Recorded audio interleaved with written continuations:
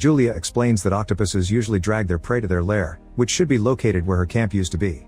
Their conversation is interrupted by an officer announcing he's found a clue.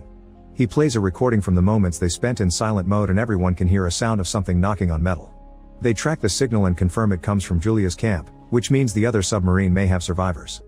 Victor gives a speech about the importance of saving human lives and the dangers they're about to encounter, then he orders his men to take the submarine to Julia's camp.